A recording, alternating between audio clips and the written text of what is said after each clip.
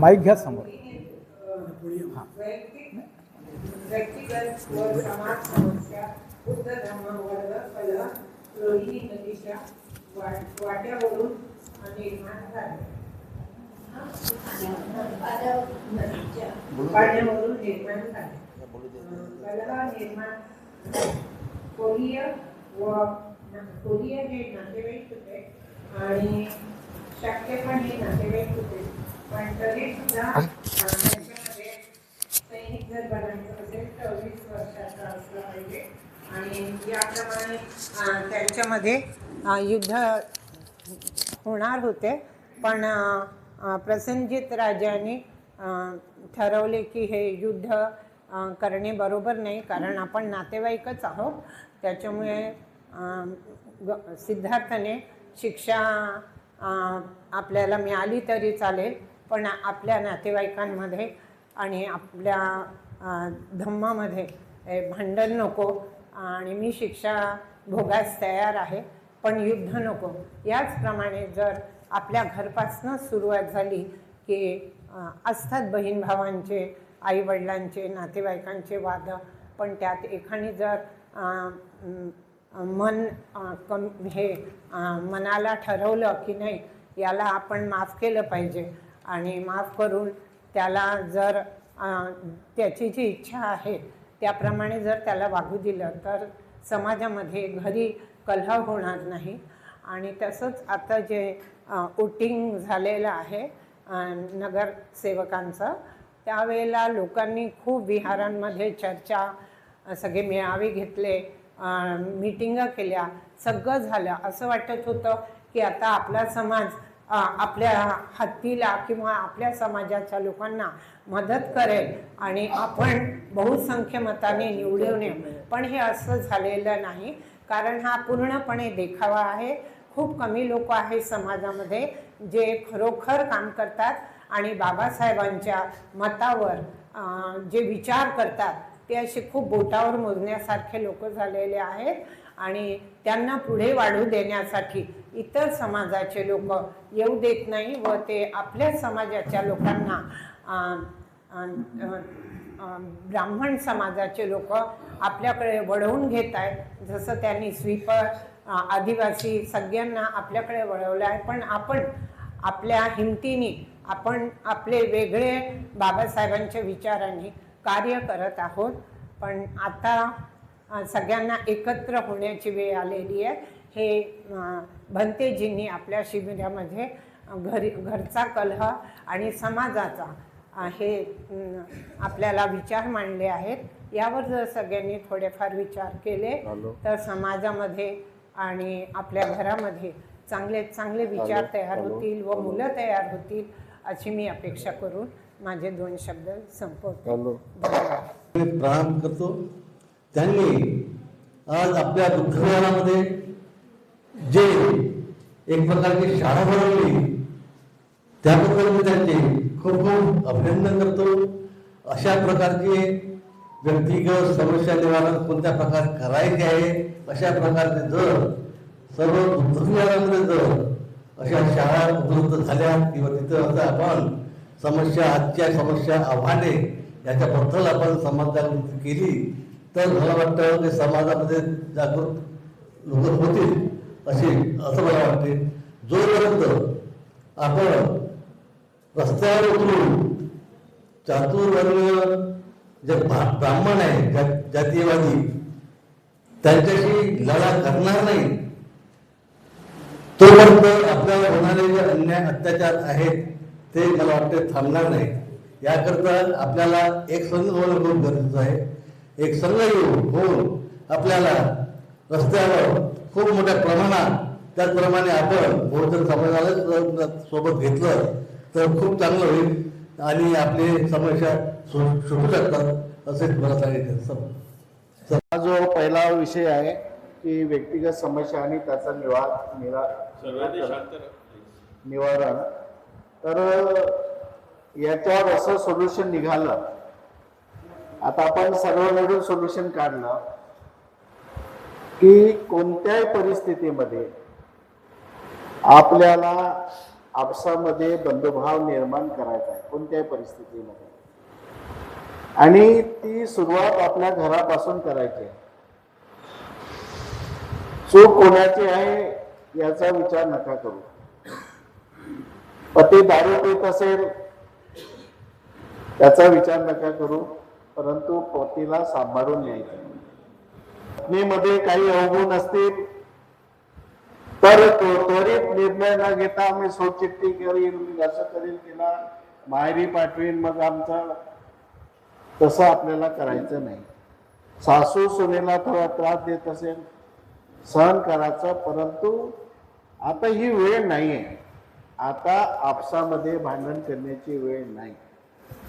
आणि म्हणून मला स्वतःला वाटते की आमच्या जीवनामध्ये प्रत्येकाच्या घरी काही ना काही चुका झालेल्या आहेत, आणि मला सुद्धा वाटते की माझ्यातून जर चूक झाली असेल तर मी जरी चिवर घातलं असेल तरी मी जाऊन, बहिणीची चूक झाली असेल, भावाची चूक जरी झाली असेल आणि माझ्या अंगावर जरी चिवर असेल, परंतु मी जाऊन तिच्या पाया लागेल. ताई आपल्याला भांडायचं नाही, भाऊ आपल्याला भांडायचं नाही, आपल्याला एकत्र राहायचं आहे. आज हे जे मैत्रीभाव, करुणा जे बनतो, बंधुभाव, हा बुद्ध धर्मामधला आहे, परंतु आज आपल्यामध्ये हळूहळू तो कमजोर होत आहे आणि शत्रूंनी हा बंधुभाव जोडला. आज तुम्ही बघा, एक समाज बुद्धाच्या काळापासून तो एक समाज जो आहे तो कधी तुटलाच नाही, आणि एक समाज हा कधी तुटला नसल्यामुळे त्या दुसऱ्या समाजाचे तुकडे करू करू तो आजपर्यंत राज्य करतो. मुस्लिमाच्या राज्यामध्ये मुस्लिमाचं राज्य होतं तरी तो समाज तुटला नाही, त्याने आपसामध्ये मतभेद होऊ दिले नाही. इंग्रजाचं राज्य होतं तरी तो समाज तुटला नाही. राज्य कोणाचं असो, परंतु त्यांनी जो व्यक्तिगत जो बंधुभाव आहे, ऋणानुबंध आहे, त्यांनी तोडले नाही. आणि आपल्यामध्ये जे आपण, मला वाटते आपण तिखट खातो काय, तर थोडस रागीट स्वभाव आहे, तापट स्वभाव आहे, त्यामुळे कदाचित थोड्या थोड्या गोष्टीवर आपले वाद होत असतात. काही मोठी गोष्ट नसते. आपल्या घरामध्ये ना संपत्तीसाठी वाद होत, ना पैशासाठी, ना इस्टेटीसाठी वाद होते. थोड्या गोष्टी त्यांनी असं म्हणायला नाही पाहिजे होतं, असं म्हटलं. पायधुवाला पाणी द्यायला पाहिजे होतं, पायधुवाला पाणी नाही दिलं. मला ताट असं जवळ वाढायला पाहिजे होतं, दूर पाणी ठेवलं. या आपण जसं आपलं जीवनच भांडण करण्यासाठी निर्माण झालं काय, कधी कधी हा प्रश्न आपल्यासाठी निर्माण होतो. आपल्या मनामध्ये लहानशी गोष्ट चूक शोधून आपण चूक शोधत असतो, आणि लहानची गोष्ट, लहानच्या चुका शोधू शोधू घरामध्ये भांडण कसं निर्माण होईल याचा नेहमी सतत प्रयत्न सुरू असतो. आपल्याला आता ही प्रवृत्ती आपल्या बौद्धांची नाही आहे. आपण कोणाची प्रवृत्ती घेऊन बसलो माहित नाही, परंतु ही प्रवृत्ती बौद्धाची नाही. आपल्याला आता एक निश्चय घ्यायचा आहे, एक संकल्प करायचा आहे की कोणत्या परिस्थितीमध्ये आमच्या घरामध्ये, भावाभावामध्ये, आई वडिलांमध्ये किंवा आई वडील आणि मुलामध्ये भांडण होऊ नये, वाद होऊ नये. तो चुकीचं वागत आहे त्याला समजून सांगा, नाही समजत तर राहू द्या. परंतु त्याला तुम्ही सोडून दिलं तर तो आणखी घातक होईल, आणखी जास्त तो त्रास देईल, तुम्हालाही त्रास देईल, समाजालाही त्रास देईल. आणि म्हणून व्यक्तिगत समस्या बुद्धांनी, म्हणजे जे बुद्धांनी धम्मामध्ये पहिलं त्यांनी वाक्य वापरलं की class conflict is the main root of problems in suffering. जे आपसामध्ये जो वर्ग संघर्ष आहे, आपसामध्ये संघर्ष आहे, हा अतिशय घातक आहे आणि हा समस्येचं, दुःखाचं पहिलं मोड.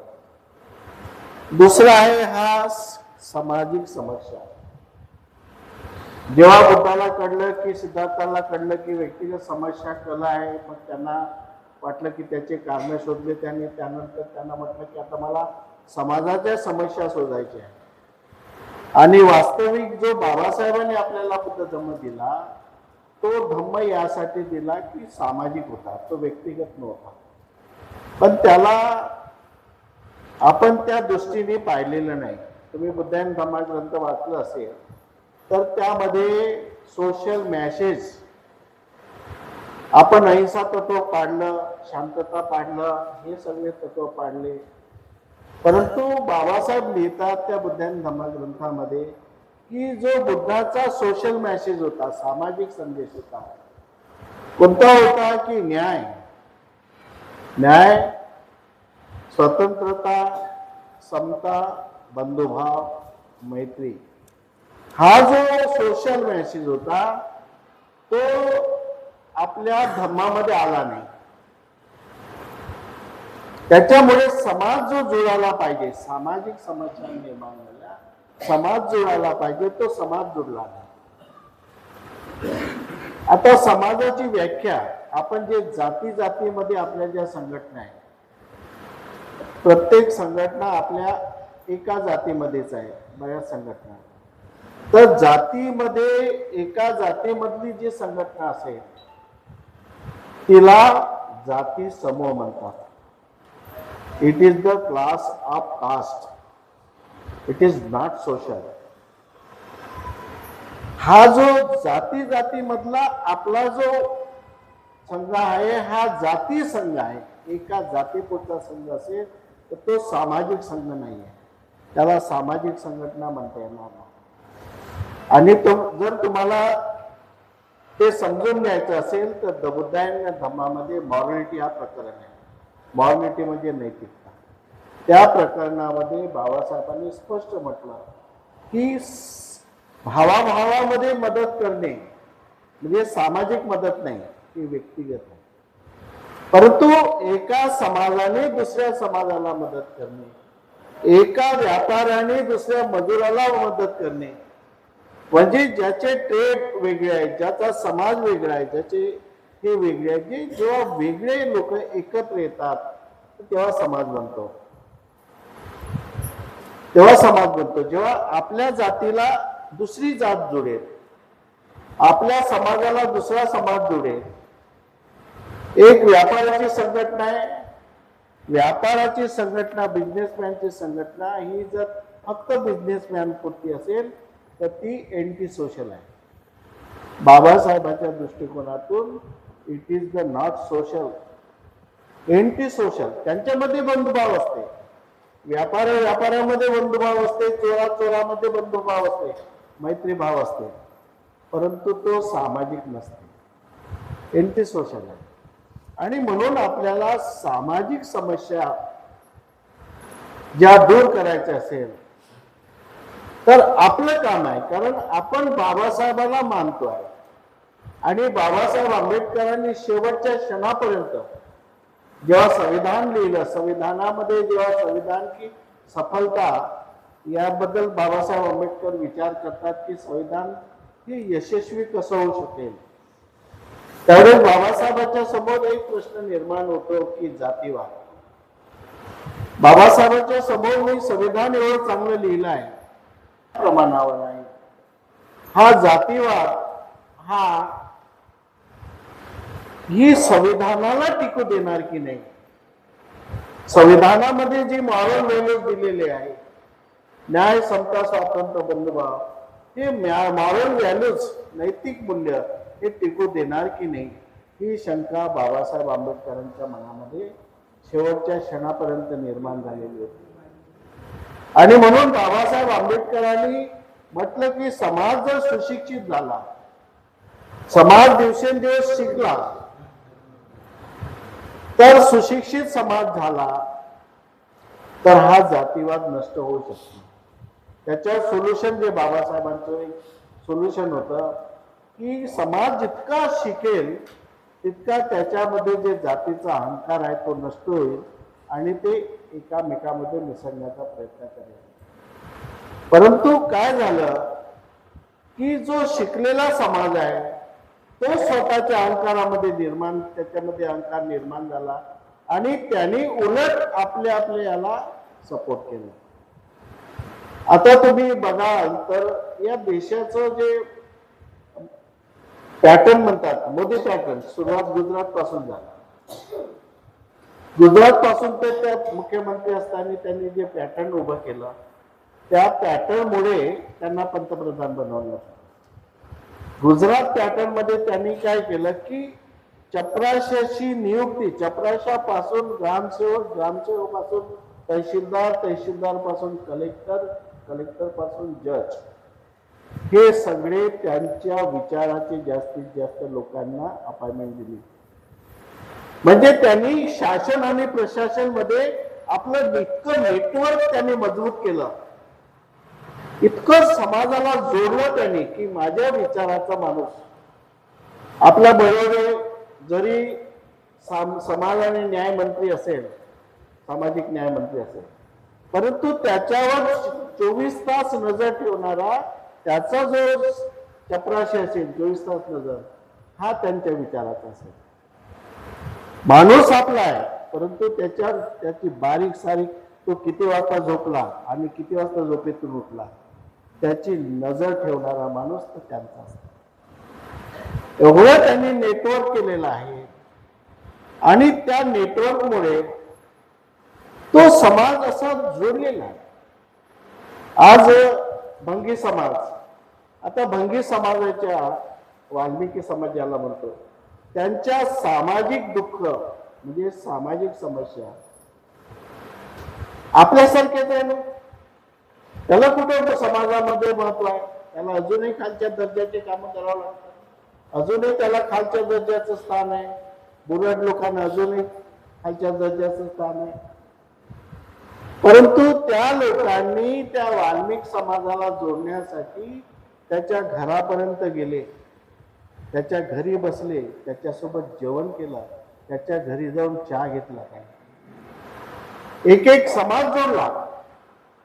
आणि आता तुम्ही दसऱ्याचं जर भाषण ऐकलं, त्यामध्ये त्यांनी ते तरुण भारतामध्ये लेख आला त्या भाषणाचा, तर त्यांनी त्या तरुण भारतामध्ये सांगितलं की जेवढे कार्यकर्ते आहेत त्या सगळ्या कार्यकर्त्यांनी त्याच्या क्षेत्रामध्ये, त्याच्या क्षेत्रामध्ये प्रत्येक कुटुंब जोडा, एक एक कुटुंब जोडण्याचं काम प्रत्येक कार्यकर्त्यांनी केलं.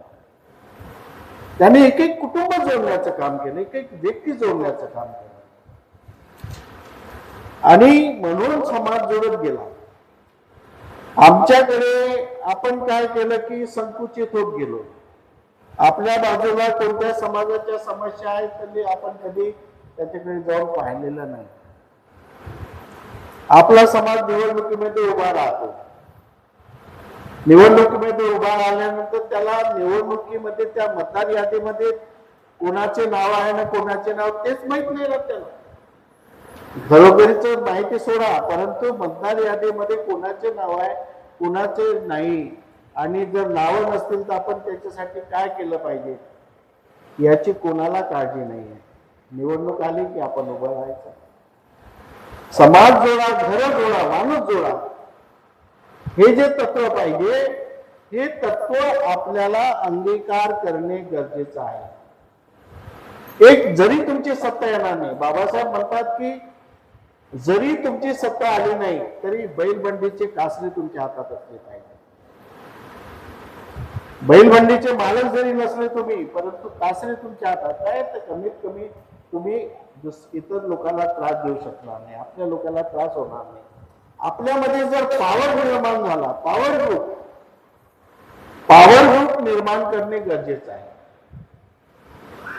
तो पॉवर ग्रुप निर्माण झाला तर संघ शक्तीमुळे, जनशक्तीमुळे कोणती राजकीय पार्टी, कोणताही समाज हा बहुमतामध्ये जनशक्तीमुळे घाबरत असतो, व्यक्तिगत घाबरत नाही. व्यक्तिगत किती दादा असेल तरी त्याला घाबरत नाही, त्याच्या पाठीमागे जनशक्ती किती आहे.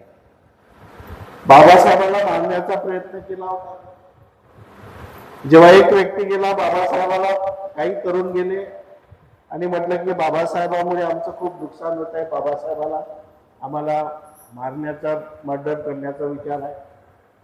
त्यांनी म्हटलं की बाबासाहेबाला जर तुम्ही मारा आपले घर जिवंत राहणार नाही, त्यांचे लोक आपल्याला कापून काढतील. कारण तो पावर होता. बाबासाहेबांच्या काळामध्ये तो पावर होता. जरी आपण त्यावेळेस सत्तेवर जरी नाही आलो, परंतु आपल्यामध्ये तो पावर होता, ती एनर्जी होती. आणि म्हणून आपल्याला एक एक व्यक्ती, एक एक माणूस, एक एक समाज जोडणे गरजेचे आहे. त्याने जे क्रमिक असमानता निर्माण केली, क्रमिक असमानतावर थांबले नाही, ते वर्ग व्यवस्थेवरच थांबले नाही. त्यांनी वर्ग, मग जाती व्यवस्था, जाती व्यवस्थेमध्ये पुन्हा पोट जाती निर्माण केल्या आणि त्याच्यामध्ये आपसामध्ये उच्च नीचता निर्माण केली. भेदभाव, द्वेष आणि मत्सर हे दोन गोष्टी ज्या आहेत, द्वेष आणि मत्सर ह्या दोन गोष्टी ज्या आहेत त्या अतिशय घातक आहेत. तुमच्या मनामधून द्वेष आणि मत्सर जोपर्यंत जात नाही तोपर्यंत क्रमिक असमानता नष्ट होऊ शकत नाही. द्वेष आणि हेवा, मत्सर त्याला म्हणून मत्सर. एकामेकाविषयी द्वेष, एकामेकाविषयी मत्सर. तो पुढे चालला, मी मागे पडलो, मग तो त्याला बिल्डिंग बांधली, मी मागे आहो, मी झोपडीमध्ये आहो. जेव्हा तुमच्या मनामध्ये खऱ्या अर्थाने जे बाबासाहेबांनी आपल्याला मारण गणित दिलं, तुम्ही बाबासाहेबांचा धम्म सुद्धा समजून घेण्याची गरज आहे. बाबासाहेबांनी धम्म जो दिलेला आहे तो कर्मकांड पूजा अर्चा करण्यासाठी दिलेला नाही. बाबासाहेबांनी बुद्धाला प्रसन्न करण्यासाठी धम्म दिलेला नाही. बुद्धाला तुम्ही प्रसन्न करू शकत नाही. किती श्रीलंकेची पूजा करा, थायलंडची पूजा करा, की जपानची पूजा करा, की कुठची पूजा करा, बुद्धाला प्रसन्न करू शकत नाही तुम्ही. बुद्धाला प्रसन्न करण्यासाठी बाबासाहेबांनी धम्म दिला नाही, कारण या धम्माचा केंद्रबिंदू माणूस आहे. धम्माचा केंद्रबिंदू मनुष्य ठेवलेला आहे बाबासाहेबांनी. बुद्ध ठेवला नाही केंद्रबिंदू, लक्षात ठेवा. आता हे सगळं असं पूर्ण बदलत आहे, खूप चेंज होत आहे. आणि बुद्धाचा धम्माचा केंद्रबिंदू मनुष्य आणि त्या मनुष्याचा दुसऱ्या मनुष्याशी व्यवहार. एक मनुष्य दुसऱ्या माणसाशी कसा व्यवहार निर्माण करतो तो मुख्य आपल्याला त्याच्यावर चिंतन करायचं आहे, की माझा व्यवहार इतर लोकांशी माझा व्यवहार कसा आहे याच्यावर चिंतन करायची गरज आहे. बुद्धांच्या धम्मामध्ये बाबासाहेबांनी म्हटलं की जीवनामध्ये सुख आणि दुःख हे वर्तमान परिस्थितीवर निर्माण होत असते. भलाय आपण खूप इतिहास सांगतो, आमचं राज्य होतं, सम्राट अशोकाचं राज्य होतं, जम्मू-द्वीपामध्ये राज्य होतं. मुस्लिम लोक म्हणतात की हम उस समय तो हम राजे थे तो हमारे महाल अभी भी है. त्या भूतकाळातल्या गोष्टी, तो इतिहास आहे. 84,000 आपले स्तूप आहे. आज आपल्या हातात काय आहे? 84,000 स्तूप आहे आपले. पण आज आपल्या हातामध्ये काय? आज आपल्या स्वतःचं महाबोधी विहार आपल्या स्वतःचं असूनही आपण त्याला मुक्त नाही करू शकलो. आणि म्हणून आपल्याला जे बाबासाहेबांनी सांगितलं ते करायला पाहिजे, की त्यांनी म्हटलं की माझ्या धम्माचा केंद्रबिंदू हा मनुष्य आहे. आणि तो मनुष्य आहे की जो मनुष्य इतर मनुष्याला जोडण्यासाठी सम्यक व्यवहार करतो. चांगला व्यवहार करणे हे माझ्या धम्माचा केंद्रबिंदू आहे. आणि प्रत्येक व्यक्तीच्या जीवनामध्ये सुख आणि दुःख हे निर्माण करणारा ईश्वर परमेश्वर नाही, किंवा कोणी तुमच्या जीवनामध्ये सुख आणि दुःख निर्माण करू शकत नाही. तुमच्या जीवनामध्ये सुख आणि दुःख निर्माण करणारा हा मनुष्यच आहे. मनुष्यामुळे तुमच्या जीवनामध्ये सुख आणि दुःख निर्माण होत असते. आपल्या चुकीचे कर्म झाले, चुकीचा व्यवहार झाला, आपल्या घरामध्ये कलह निर्माण झाला, समाजामध्ये कलह निर्माण झाला, दुःख निर्माण झाला. आपले परस्पर चांगले व्यवहार झाले, एकामेकाशी आपण चांगले वागलो, तर आपला घरामध्ये शांती निर्माण झाली. दुःख हे माणसामध्ये निर्माण होत असते. घरामध्ये दुःख निर्माण होत नाही, मूर्तीमध्ये दुःख निर्माण होत नाही. दुःखाची उत्पत्ती हे माणसाच्या मनातून निर्माण होत असते. माणसामध्ये दुःखाची निर्मिती होत असते आणि म्हणून माणसाविषयी माणूस जागृत राहणे गरजेचं आहे. आपला केंद्रबिंदूच मनुष्य आहे आणि आज आम्ही काय करतो, माणसाला दूर लोटतो. मला वंदना करायची आहे, 10 मिनिट 1 तास मला वंदना करायची आहे, परंतु एक माझ्या घरातली म्हातारी, तिला पाणी मागत आहे, तिला तहान लागलेली आहे, तिला पाणी पाहिजे 1 ग्लास. आपण पहिला वंदना करू का, तिला 1 ग्लास पाणी देऊ? कोणतं काय करायला पाहिजे?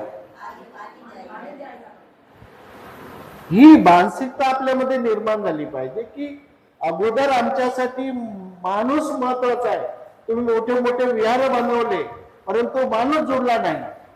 प्रत्येक वार्डामध्ये, प्रत्येक गल्ली गल्लीत विहार झाले, परंतु माणूस जोडला नाही. माणसाने जोडले, विहार अनेक झाले, पण बाबासाहेबांचं म्हणणं काय होतं की आज तुम्ही मुस्लिमांचे ते बरोबर शुक्रवारला की मोठ्या मस्जिद मध्ये सगळे एकत्र येतात आणि त्यांचा एक संघ निर्माण होते, मोठा संघ. ख्रिश्चन लोकांमध्ये आठवड्यातून 1च दिवस जाते, परंतु त्यांचा संघ निर्माण होते आणि त्यांच्या सांघिक भावना निर्माण होते आणि ते एकामेकाशी संवाद करतात. आपला संवादच होत नाही. आपण विहारात आलो तरी वंदना करतो, निघून जातो, परंतु जो एकामेकाशी संवाद व्हायला पाहिजे, एकामेकाच्या बद्दल सुखदुःखाबद्दल चर्चा व्हायला पाहिजे, समाजाच्या समस्येबद्दल चर्चा व्हायला पाहिजे, ते चर्चा होत नाही. आणि म्हणून बाबासाहेब आंबेडकरांनी म्हटलं की प्रत्येक रविवारला तुम्ही प्रत्येकाने विहारामध्ये जा, फक्त वंदनापुरतं नाही तर त्यांच्या त्या विहारात जाऊन तुम्हाला धम्मावर चर्चा करायला पाहिजे. ज्या समस्या दुःख आहे त्याच्यावर चर्चा करायला पाहिजे. परंतु बाबासाहेब आंबेडकरांचं आम्ही न ऐकल्यामुळे, बाबासाहेबांचं न ऐकल्यामुळे आम्ही काय करतो आहे सध्याची परिस्थिती, आम्ही प्रत्येक भिक्षूच ऐकतो पण बाबासाहेबांचं ऐकतो. भिक्षू हा बाबासाहेबांपेक्षा मोठा झाला. भिक्षूने म्हटलं की इथं बाबासाहेबांचा फोटो नाही ठेवायचा. आपल्या डोळ्यातून पाणी नाही येत, अश्रू नाहीत की ज्या बाबासाहेबांनी आमच्यासाठी केला त्या बाबासाहेबांचा फोटो मी बाजूला कसा ठेवला. बाबासाहेबांबद्दल कोणी अपशब्द म्हटलं, आपल्या मनाला तो शब्द लागत नाही, कारण आपल्याला चीड येत नाही. बाबासाहेब म्हणतात की प्रत्येकाला चीड यायला पाहिजे, चीड आल्याशिवाय आम्ही संघर्ष करू शकत नाही.